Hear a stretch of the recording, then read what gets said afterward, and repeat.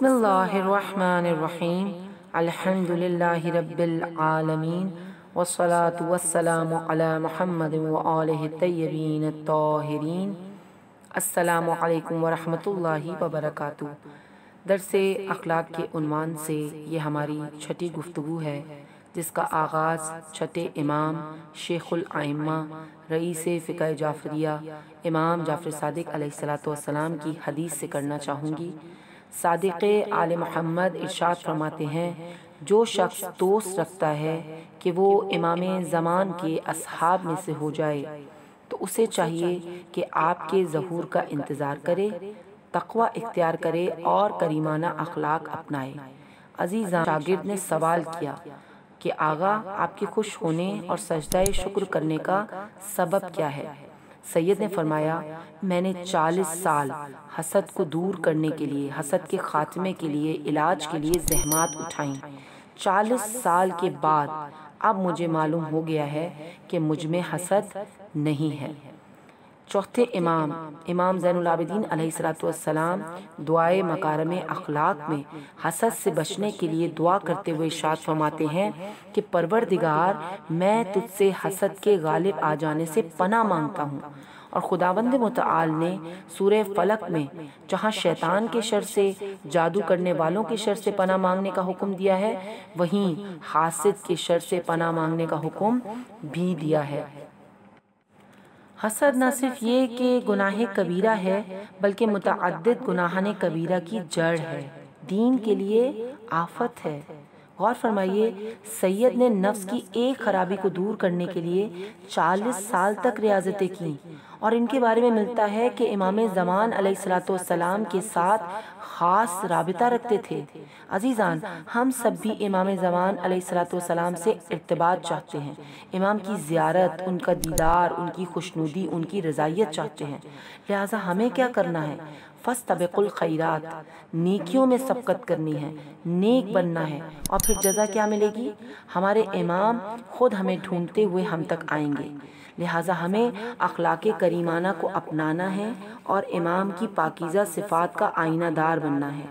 آیت اللہ الہی فرماتے تھے کہ دنیا کسی بھی وقت امام زمان سے خالی نہیں رہتی، لیکن ہم ایسے آئینے نہیں ہیں کہ مکمل تصویر دکھا دیں۔ ہو سکتا ہے کہ ہم میں سے بعض بقیت اللہ کے اخلاق، کردار اور صفات میں سے کچھ حصوں کے حامل ہوں، لیکن حضرت حجت انسان کامل ہیں اور انسان کو کامل کرنے والے ہیں۔ یاد رکھیے، عالم بننا آسان ہے، انسان کامل بننا مشکل ہے۔ لہٰذا اگر ہم امام کی راہ میں جدوجہد کریں، آپ کے نقش قدم پر چلیں، اخلاق حسنہ اپناتے ہوئے حلم و بردباری، صبر و تحمل اور عفو درگزر کا مظاہرہ کریں، تقوی الہی اختیار کریں اور اخلاق رذیلہ مثلاً حرص، تکبر، غیبت، حسد سے خود کو بچائیں۔ جتنی بھی اخلاقی برائیاں ہیں ان کو خود سے دور کریں تو ہم بھی امام زمان علیہ السلام سے ارتباط حاصل کر سکتے ہیں، کنیکشن حاصل کر سکتے ہیں، امام کی قربت حاصل کر سکتے ہیں۔ لیکن عزیزان، ہمیں یاد رکھنا ہے کہ بقیت اللہ کے ظہور کا انتظار بقول آغا بہجت مومنین کو اذیت دینے کے ساتھ، برے اخلاق کے ساتھ نہیں ہو سکتا۔ امام علیہ تکلیف بڑھتی جا رہی تھی، یہاں تک کہ ڈاکٹرز نے کہہ دیا تھا کہ اس بیماری کا کوئی علاج نہیں ہے اور اس بیماری اور تکلیف کے ساتھ زندگی گزارنی ہوگی۔ انہوں نے اپنی کیفیت، حالت اور بیماری کو دیکھ کر سوچا، اب میری زندگی کتنی ہوگی؟ لہٰذا انہوں نے باقاعدہ طور پر وصیتیں کی، قرض اتار دیا، جو بھی حقوق تھے ان کو ادا کر دیا، بالکل اس طرح جس طرح انسان موت کے لیے تیاری کر لیتا ہے۔ ایک دن انہوں نے امام زمان علیہ السلام سے توسل کیا، مولا سے کہا، مولا، میں دین کے لیے کچھ کرنا چاہتا ہوں لیکن میری صحت مجھے اجازت نہیں دیتی۔ توسل کے نتیجے میں ان کو امام زمان علیہ السلام کی زیارت نصیب ہوئی۔ امام نے ان سے پوچھا، تم کیا چاہتے ہو؟ انہوں نے کہا، مولا، آپ جانتے ہیں میری حاجت کیا ہے، میری تکلیف کیا ہے۔ مولا، میں شفا چاہتا ہوں۔ امام نے ان کے سینے پر ہاتھ رکھا۔ بیان کرتے ہیں کہ جیسے ہی امام علیہ السلام نے میرے سینے پر ہاتھ رکھا، میری تکلیف دور ہو گئی۔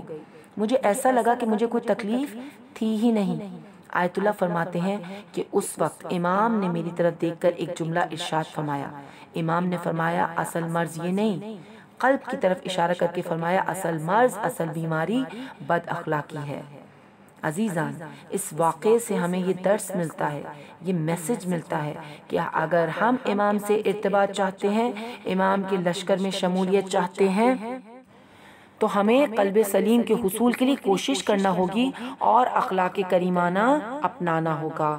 کنز الاعمال میں رسول اکرم صلی اللہ علیہ وآلہ وسلم کی حدیث ملتی ہے کہ رسول اکرم نے ارشاد فرمایا خدا بلند اخلاق کو پسند فرماتا ہے اور بدخلقی کو ناپسند فرماتا ہے۔ عزیزان، ہمارے سامنے ائمہ اطہار علیہ السلام کے کریمانہ اخلاق کی بہت ساری مثالیں موجود ہیں۔ مثلا رسول اکرم کے بارے میں ملتا ہے کہ جب کسی مجلس میں داخل ہوتے تھے تو جہاں جگہ ملتی تھی بیٹھ جاتے تھے، گھر میں ہوتے تو گھریلو کاموں میں گھر والوں کا ہاتھ بٹاتے تھے۔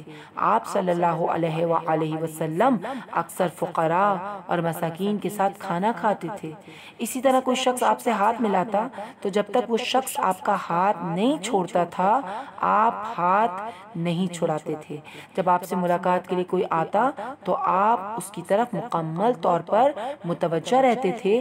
جب تک وہ شخص اپنی توجہ نہیں ہٹاتا تھا آپ اس کی طرف متوجہ رہتے تھے۔ جب کوئی شخص آپ کے سامنے کھڑا ہوتا تو آپ بھی کھڑے رہتے تھے۔ سلام کرنے میں ہمیشہ پہل فرماتے تھے۔ جو بھی آپ کے پاس آتا اس کی عزت کرتے تھے۔ آپ کے چہرے پر ہر وقت مسکراہٹ رہتی تھی اور لوگوں سے خندہ پیشانی کے ساتھ پیش آتے تھے۔ عزیزان، رسول اکرم کے اخلاق کو، کردار کو سامنے رکھتے ہوئے ہمیں اپنے کردار کا جائزہ لینا ہے۔ یہ ازواج مقدسات ہمارے لیے رول ماڈل ہیں، لہٰذا ہمیں ان ہستیوں کو نمونہ عمل قرار دیتے ہوئے اپنے آپ کو ان کے رنگ میں رنگنے کی کوشش کرنی ہے۔ رسول اکرم اور ان کے اہل بیت نے اخلاق کی وہ تعلیم دی ہے جس پر عمل پیرا ہونے سے مومن نہ صرف یہ کہ اپنی آخرت سنوار سکتا ہے، جنت کا حقدار بن سکتا ہے، بلکہ اپنی دنیا کو بھی جنت بنا سکتا ہے۔ خدا ہم سب کو اہل بیت اطہار علیہ السلام کی پیروی کرنے کی توفیق اور سعادت نصیب فرمائے۔ والسلام علیکم ورحمۃ اللہ وبرکاتہ۔